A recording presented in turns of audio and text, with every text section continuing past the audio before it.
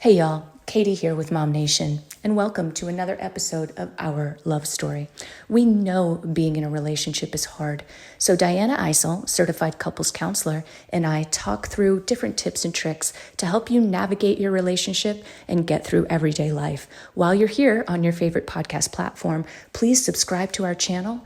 Or if you'd like to visit us on YouTube and watch the video, our handle is MOMnation USA. We hope you enjoy the show. So welcome back, everybody, to Our Love Story with the lovely and beautiful Dyanna. Hello, Dyanna. How are you? Good morning. I'm great. How are you? I am doing wonderfully myself. Thank you. And Dyanna is our awesome couples counselor, and we are here every month talking through another topic that has to do with coupling and familying, because we all do that, don't we? Or most of us, anyway. Yep. And we all need a little guidance sometimes. Exactly. And this particular episode, I'm really excited about, actually, and excited to jump into this conversation with you. Really is about connecting with your partner throughout the holidays and beyond. And I know, because we had a little side conversation before we started here, earlier this week, that there's this like TikTok trend that is kind of toxic and a bit annoying. And I don't really get why it's funny. I don't either. I feel like it just encourages some really low expectations, and I think it's kind of gross from a gender role perspective. Some of those TikToks that are out there right now, I see so many of them. Maybe it's time to change up my algorithms, right? But I see so many of them come through that shows like, mom is like the magic maker, and she's like, stressed out, pulling her hair out, getting all the gifts and the meals, and like da da da da da. And then it shows like a funny gif or a meme or something of like dad just showing up Christmas morning just as surprised as the kids are about like what they're opening. And everyone just like gets a little chuckle out of it, like, oh, that's so true, or like, oh, that doesn't resonate with me. But really at the end of the day is like, what sort of culture are we creating in our relationships and within our families, and what impressions are the kids going to have as they're getting older if they see that sort of dynamic? It's sort of self-punishing. Like moms and women have this idea that like we are the sole magic makers and we have to be in control of everything and we have to do the things just right or we're failing or some nonsense like that. But really, like, our partners are there to help us and support us. And oftentimes, if they grew up with that same dynamic, they have no idea what to do. Exactly. They have no idea what's expected of them or how to create that magic, so to speak, right? But it's not help. It's like, how can we do this together? Like, what are some of the things that happen during Christmas, right? We have meals oftentimes, right, that are like, big, like big things, right, that have to be organized. They're So events. like, yes, they really are. So like, let's plan like our menu, and we have to do the grocery shopping for it, and who's going to be cooking what, and then getting the gifts for the kids, buying wrapping paper, getting decorations, like all of those things he can certainly observe with you, right? So if you're coming at it as like, okay, well, I want to do this together, let's find some ways to make this like a shared opportunity for us to be like on the same page and be really solid parents and create this magic together. You know what I mean? Let's figure out what you observe, and I'll put in what I observe, and let's divide and conquer and figure this thing out together. So it isn't just me pulling my hair out and running around like a chicken with your head cut off. You have a partner there. You have a partner that's there to help you and to create that magic with you. And if we're just taking it all on ourselves with the assumption that that's how it's supposed to be, is that really a healthy dynamic that we're creating?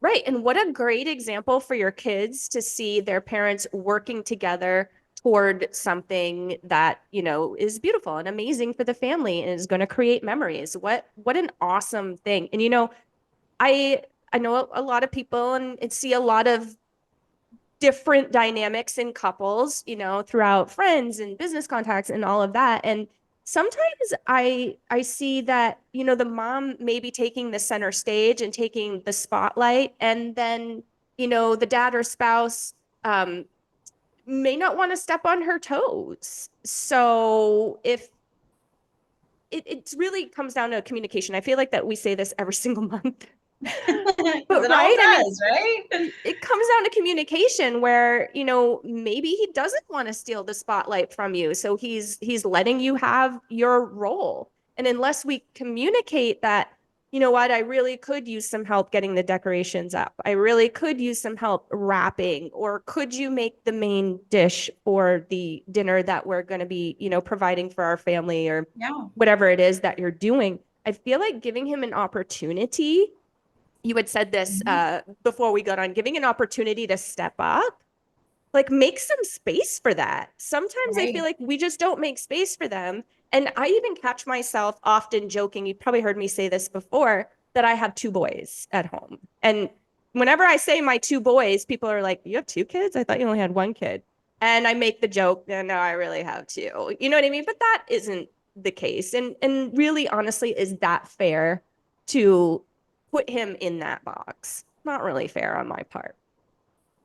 Well, I mean, does he accept that too, right? Is that something that he feels really comfortable with? And a lot of times, to your point, like if we as women or as moms find a lot of value in our ability to like make the magic and create the magic around, Christmas time or the holidays or whatever, like sometimes we feel like if we give a little bit of that away, that somehow damages like our own value or makes us feel like not as good about ourselves, right? But in reality, that's not the case. That's not true. You guys can share in that value together, and you can find some other ways to fill your cup in that way, right? Mm-hmm. And articulating that to your partner, saying like, I feel really good about myself when I do these things, but also like I want you to be a part of that too, so that he knows how you feel and can maybe, like you said, step up and not only help do the things that need to get done, but also like, I see you. Like I see how hard you've been working. I see you going to the mall and doing the shopping and buying the presents and all of that stuff. Like I see how much work you put into this, and I really appreciate that. You know what I mean? That goes without saying, right? Recognition and gratitude, that goes without saying. But how can we make this more of like an orchestrated, connected event, between the two of you, so that he has an opportunity, as you said, to have room to do that. He may not know what that looks like to do that. He may not know it's even wanted. So let's Right. not continue this toxic, mom has to do all the things, dad just looks like this dumb guy showing up Christmas morning completely clueless as to what's going on. That's not fair to anybody, and that really isn't the sort of gender stereotype we want to perpetuate here. I totally agree. And maybe he or she is just not into the holiday too. And that could be a thing. And that's going to take communicating, and that's going to take, agreeing on, okay, I get that, Christmas maybe isn't your thing, or whatever it is that you celebrate this time of year isn't really your thing. Mhm. But it's important to me. It's important to the kids. And, I would love it if you could help me with XYZ. Um, and on the other side of the coin, in my household, we literally will friendly fight over who gets to decorate the tree, or sometimes we'll do it together, but if we're busy, who wraps presents. Like my husband will legit beat me to wrapping presents. He'll be like, oh, I already did it, it's all done, because he likes it and I like it too. um but he's into it, and I'm lucky like that. And I like somebody that. may have a spouse that isn't. Yeah, and sometimes there's a little bit, not to get too deep here, but sometimes there's some trauma associated with that, right?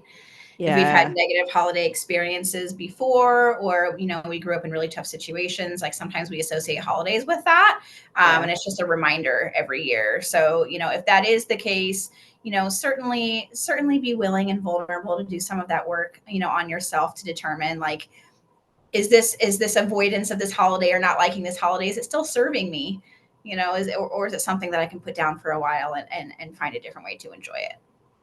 Totally agree with that. I know people who are very close to me who grew up with, their families struggled. And so where the kids at school were getting new bikes and new this and new that and new everything, they were Yeah. getting, if anything, hand-me-down stuff. Yeah. And it was very traumatizing. It's, when a kid doesn't understand, of course, I know that you can speak to this, but when a kid doesn't understand like what's going on, they're just they're kids. So they're just like, well, I want what Sally and Johnny has, and I don't. So, what's that feeling that overcomes them? Is it shame? Is it whatever the variety of feelings are. And then they start, like you mentioned, associating that with the holiday. Right. Maybe I'm not as special, or maybe I'm not as deserving, for those people that, believe in Santa or teach their kids about Santa. There's no right or wrong there. But, sometimes we forget that if Santa is bringing, your kid a PlayStation 5, and the kid at school, Santa brought them, a pair of socks, like, does that mean that Santa values them differently? You know what I Ouch. mean? Yeah. And that is a consistent pain point, I think, for people, whether or not you choose to teach your kids about Santa or encourage that tradition. Totally perfect either way, whatever you decide to do, whatever serves you. But keeping in mind that it isn't, to you, it might not seem like it's a big thing, if you are in that position to be able to get your kids like a PlayStation 5 or something like that. That's great. But who is that coming from? And who is the kid learning that is coming from? And how are they going to take those messages to school? Because that's often where our kids learn a lot of things about popular culture and traditions and things like that. And just something to think about as your kids are growing up. And if you encourage the Santa tradition, like, who is Santa really? And, how does he value all kids, equally? And maybe that Yeah. PS5 is from mom because she worked really hard to get that for you. You know what I mean? Yeah. Yeah. That's a good point. So circling back to connecting as Yeah. couples, communication, right? You got to know where your spouse is at. Absolutely. Connect on it, talk about it, make sure your expectations are clear, right? So there's a lot of things that come up during the holidays. Tensions are a little bit higher. Right. Oftentimes, it's a really stressful time of year. It's a joyful time of year, but it's also a really stressful time of year. So sometimes all of the things we think about, all the tools that we have sort of fly out the window, and we just sort of pretend that everything is fine until after the new year. And then we look back like, oh, that wasn't my best look, or maybe we could have handled that a little bit differently. So Mm-hmm. there's certainly some things that we can sort of marinate on in terms of how to stay connected through the holidays, but also, after the new year. So if these are some things that really resonate with you, come back and give it another listen, jot it down. Unless you're driving, don't do that. Um, but take note of some of these things and really reflect on your relationship, and think about, oh, are these things that we're doing really well, or are these some things that we really have some opportunity in? Because to your point, it is about connection and communication, and sometimes the busyness of life, we forget about that. Yeah, and the busyness of life, we forget about a lot of things, I feel like. And during this time where it is even extra busier, there's extra stress, I feel like it's important to maybe even develop some traditions between you and your spouse so that you do carve out that time to be together. I have a couple of ideas. Maybe you get a sitter one night and you go for a hayride. It sounds like it's kind of kid friendly, but I feel like, hey, why not bring out the inner child in both of us while we're spending some time together and just have some fun and be light. Maybe grabbing dinner and going to look at Christmas lights together. That's something that I know we like to do with kiddos, but how fun would it be to just, drive around to, there's so many neighborhoods now that you can go to that are just Mhm. amazing. Grab a little dinner, have some connection, try and make it just about the two of you, go out and look at some lights, or maybe, sit and watch a Christmas movie every year. We watch, what is it? A Christmas Vacation, I think is what it is. Yeah, National National Lampoon. Lampoon's Yep. Christmas Vacation. Every year I have watched that with my husband and for the last 11 years. And he laughs just as hard every year as he did the year before, which I think is absolutely hysterical because he totally knows the movie. But it's a tradition of ours. So grab some hot tea, some hot cocoa, get under the blanket together and, establish that tradition. Do you have any suggestions for that? I think those are all wonderful ideas. Finding things that are just for the two of you. That's a way to create shared meaning, right? So over time now, I'm sure that movie, Christmas Vacation for you and your husband is more like, this is our thing, right? So like when you're like saying the quotes after the fact, or like talking about when you're going to watch it, like that's your thing, right? And so when we talk about like your thing, it's shared meaning. things mean the same to me as they mean to you. So when we think about, Christmas vacation, we think about like, that's our thing for Christmas time. It's Christmas. It's fun. It's funny. We laugh. Like that's shared meaning. You know what I mean? And more opportunities that we can create more of those little tiny bits of shared meaning that builds your emotional intimacy too. So I I love to- those ideas. totally agree. And I feel like it should extend beyond that too. Because yes, coming Absolutely. together at this time of year, super important. Things get busy. We may, not take that time as we should. But again, like throughout the year, the whole year is busy. I mean, let's face it. I Yeah. mean, when is there a time when you're ever not busy? I personally can't think of one. And then once you have baby number one, number two, number whatever, your time becomes more and more limited, right? And so what tends to go out the window first? Well, we don't need to have date night anymore. It's really, we have other things to do. But I feel like the importance of that is so lost. And there are things that we can do throughout the year, like for instance, having check-in time. We talked about Mhm. this. You could have a check-in time every night if that fits your schedule and you're able to do that and you're in the same location every night. I know we have some, spouses that maybe have to travel for work or whatever the case may Mhm. be, but having that, whether it be 10 minutes or a half an hour or whatever, having that intimacy time. And that doesn't necessarily mean that between the sheets needs to happen, although it could, right?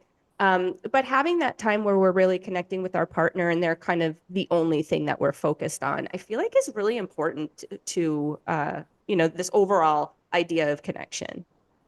Absolutely. I think that's something that a lot of couples should really take advantage of.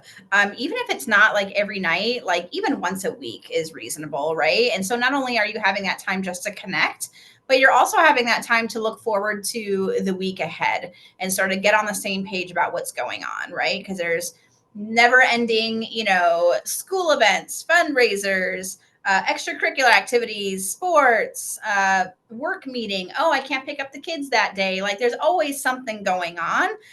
What are we having for dinners this week? When are we going to go grocery shopping? All those things. A lot of pain points for couples can be alleviated during some of those weekly meetings, just to go over like what to expect for the week ahead.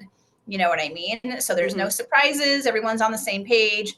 There's some shared meaning created there too. And then certainly if you have the opportunity to just create like emotional intimacy time, like in the evenings after the kids go to bed, that's awesome. That's not always possible for people just with schedules and, some people go to sleep earlier because they have to get up really early or whatever. Like if you can squeeze it in at the end of the night, perfect. If not, make it intentional at least once a week at the beginning of the week. I think that would be really helpful. Yeah, I totally agree. Any other suggestions on building that connection throughout the year, not just during the holidays? Yeah, absolutely. So there's a couple different things when we're talking about connection that came to mind. Um, Things that maybe, like I said earlier, like maybe we're doing them really well now, and maybe we could, improve a little bit in the future, like in the new year. Um, but resolving and repairing conflict is really, really an important way to connect, and fighting fair, right? So figuring out exactly what it is that we're having a conflict about while we're like sniping at each other, right? Like, hang on a second. What exactly is it that we're having a conflict about? And how can we resolve this and repair any damage that was done, right? Mm-hmm. Repair any, any harsh words, tone, anything like that. How can we repair without rug sweeping, right? Because rug sweeping just leads to more resentment later. So really staying committed to, I want to figure out what the core of this conflict is, and I want to resolve it and I want to repair it because I care about you, I care about our relationship, and that's something that has a lot of value to me. Mm-hmm. So that's something that I think is really important in terms of like communication and connection, is being really committed to repairing those conflicts. We talked about emotional intimacy, intentional time spent together, right? Obviously we know how important that is spending some time together, but not only spending time together, but spending time on your own. Self-care is an integral part of a healthy couple. Doesn't seem like it makes sense, right? But it Right. does. You can't pour from an empty cup. So if you're not getting what you need and you're not ticking all of your boxes, so to speak, you know what I mean, doing the things that you love to do that bring you joy, it's really difficult to pour that into the relationship. So intentional time spent together should be prioritized, and also intentional time for you guys to spend apart on your own is equally as important. And that looks like enthusiastic support throughout the month. If each of you go out 1 or 2 times, right? Having your partner say to you, like, yeah, have a great time. Let me know if you need anything. Kids and I are going to sit here and eat goldfish until we throw up and watch Bluey, but you have a great time. You know what I mean? Like, how great would that feel to know that they are enthusiastically supportive of you taking care of yourself? I think that is so giant. This actually played out in my life, like just recently. So I realized that my husband has his things, right? So he plays dodgeball on a team. So he goes out, once a week, and on off seasons, it's not once a week, but on during season, he's out once a week and he's playing dodgeball. He has a little mountain biking group that he connects with once a week, and on Thursday nights they'll go out and they'll mountain bike to who knows where for a couple of hours, and he has his time with his guy friends doing things that he likes. And I was thinking to myself, I don't really have that. Like, yeah, I have my friends and I'll hang out with my friends here and there, but mostly I just work. Like, that's what I do. It's what I do on the weekends, it's what I do at night, it's what I do all day long. That's what I do. And it was building kind of some resentment a bit, that like, oh wow, I just work and you get to, oh, you're going out again. Okay. And I started to feel a bit resentful. I started to feel this kind of bubble up. And I was like, that isn't good. That's not great for our relationship. He should have these things. He needs these outlets. He needs to be himself. And so I decided to buy a motorcycle because that's what I love to do. I mean, I have a few other things that I love to do, but that's one of them. And I haven't done it since my son was born, because I sold my bike and took time to raise him. And I ended up getting a bike and joined a couple of like lady motorcycle rider groups. And I feel so much better. This just recently happened like a week ago, but I feel so much better, even if I'm not on it, just to know that I have my own thing. Not that I don't love him or don't like being with him, but he's not there. So I don't have to like do the relationship thing. I could just be myself Sure. and do Yeah, something that I absolutely. like. So I love that. yeah, Good for you. it just recently played out for me. So kind of funny. But I do think that it's super important too. And I think as women, we can kind of get caught up in the daily to-dos and the things, our to-do lists are to me really important. And to a lot of the women that I know, it's right up there. And that's kind of what you live and die by. But Yeah, absolutely. it's important to be Absolutely. yourself. It is. And to have that time for yourself, right? Because we wear so many different hats in our lives that sometimes we start to lose, the core identity of who we are because we're wearing so many other hats. Yeah. And that's a very lonely place to be. So you deserve to have that outlet. You deserve to have that space to do whatever brings you joy, right? Not just for the sake of the relationship, but for the sake of yourself, right? Totally agree. We're only Totally given agree. one life here. Well, right. And it's that old saying, right? You put on your oxygen mask first. So my Mm-hmm. oxygen mask was off for a bit, and it feels a lot better having it on. And then I can I feel more enthusiastic to help my family the way that I need to, and to be there for them the way that I need to. So Absolutely. And so now you've replaced that oxygen mask with a motorcycle helmet? yeah, exactly. Yes, I have armor from head to toe, everybody. I am completely suited. No, nothing exposed. Anything else? Disclaimer. Yeah, exactly. Anything else you'd like to add? I hope that everyone stays super happy and healthy this holiday season, finds ways to find ways to connect, resolve conflict, create that shared meaning like we talked about, like traditions and things like that. Always make your expectations clear. If you're feeling icky, you're feeling some sort of way, just verbalize it. You have a lot to learn from each other when you share some potentially negative information. You learn a lot through your partner's response, and it might not be as scary as you think it's going to be, because you're worth it. You're worth having your boundaries respected and having your needs met. So definitely take the time to marinate in that. Think about, are there things in your relationship that maybe need a little extra love, a little extra attention, and really lean into that. Awesome. Great advice. I appreciate that. For all of you that would like to get in touch with Dyanna, chat with her, maybe see, what she thinks about what's going on in your marriage and how she can help you, you offer 15-minute consultations, yes? I do. You can go onto my website and schedule a free 15-minute consultation. Awesome. Or you might just want to wish her a happy birthday because today is her birthday. Happy Thank birthday to you. you. Thank you. All right, everyone, we will be back next year. It feels so weird to say that, but we will be Easy. back in January with another episode of our podcast, Our Love Story Q&A with a couples counselor. We are so, I mean, Dyanna, I feel like you share this with me. I am so excited about closing on yet another year of this podcast and how much we've been able to share and help our mamas, not only in the MOMnation group, but our podcast can be accessed in two other ways by going to our YouTube channel at MOMnation USA is the handle. Scroll down just a little bit, you'll see the Our Love Story playlist, or on your favorite podcast platform, do a quick search for MOMnation Talk Radio and you can connect with us there. But I just feel the love, Dyanna. I feel like we have really helped a bunch of mamas and peeps out there. And I thank you so much for coming on this journey with me. Likewise, I'm so thrilled to be here. Awesome, guys. All right. See you next year. Bye. Bye.